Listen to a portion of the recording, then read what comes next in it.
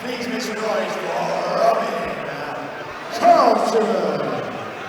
Well, Robin Charlton coming out representing the UFC gym in Nottingham. He's done some training all over, been training with a very talented Pastor LeJoint as well. He's it's actually his second fight here on Ballerina. He was 0-1 his first fight. And what I was most impressed with, he had really good pressure.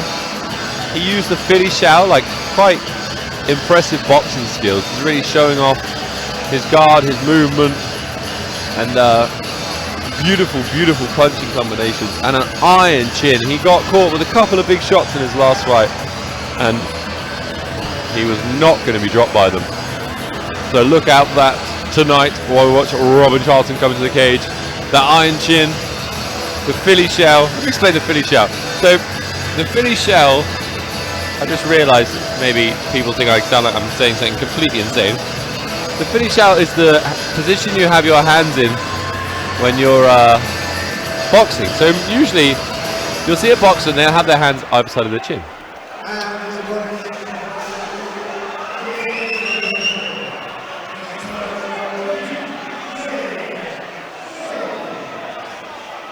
Not the case with the Philly shell. With the Philly shell you have your rear hand, if you're orthodox over your right hand, pinned to your chin. Your left hand, you have it effectively across your belt line, or you have it just hanging down in front of you, and instead of having your hand blocking your, for an orthodox fighter, the left side of your chin, you lift your shoulder up to block it. This is most famously done by Floyd Mayweather. So Floyd Mayweather would use this to block punches, let stuff bounce off his shoulder. And he was very, very effective at it. And I mean, he's known as the greatest defensive boxer that ever lived. I think he was in 49-0 and a couple of exhibition fights on top of that as well. I think he was dropped once in his whole career. And one of the reasons for that is this unorthodox defense that he has, where he does the Philly shell. Quite a big difference in physique here we're seeing with TJ Singh and Robin Charlton. TJ Singh, quite big for the weight division.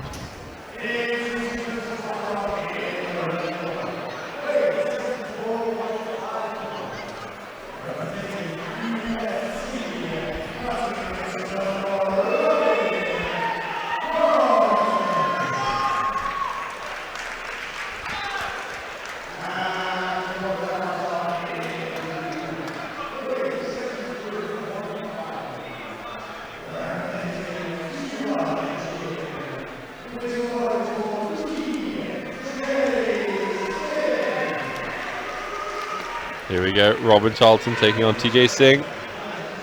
So we've got Robin Charlton in the blue and black, TJ Singh in the red and white. Here we go.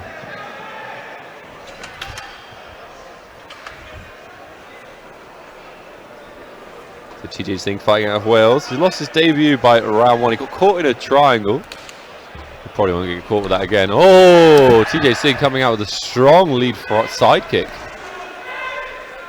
We know that Robin Charlton's going to be looking for the boxing again.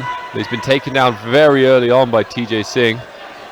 And, you know, both of these fighters 0-1, but TJ got caught in a submission, and he's clearly been working on his grappling. Look at this. He's on him like a wet blanket. What does Robin Charlton need to do here, Caster, to get out of this position? Well, again, he can't put his hands on the hips because he's going to get punched in the face. So he needs to shimmy himself upwards so his hips, so TJ's hips are over his hips, and try and bulk him off. But he's got that arm behind his head, trapping that arm and just hitting him with his right hand right now, and it's really uncomfortable and really awkward for Robin. Yeah, you got to do some aggressive bridging, but what TJ's also doing really well is grapevine. So every time Robin's in a position where he can bridge, he's stretching out his legs and hooking Robin's legs. And that means it's just hard for him to push his hips in the air. Yeah, Robin's in a really uncomfortable position here with TJ on top. And TJ's really heavy hip-wise. See the size of his legs, he's got power in them hips.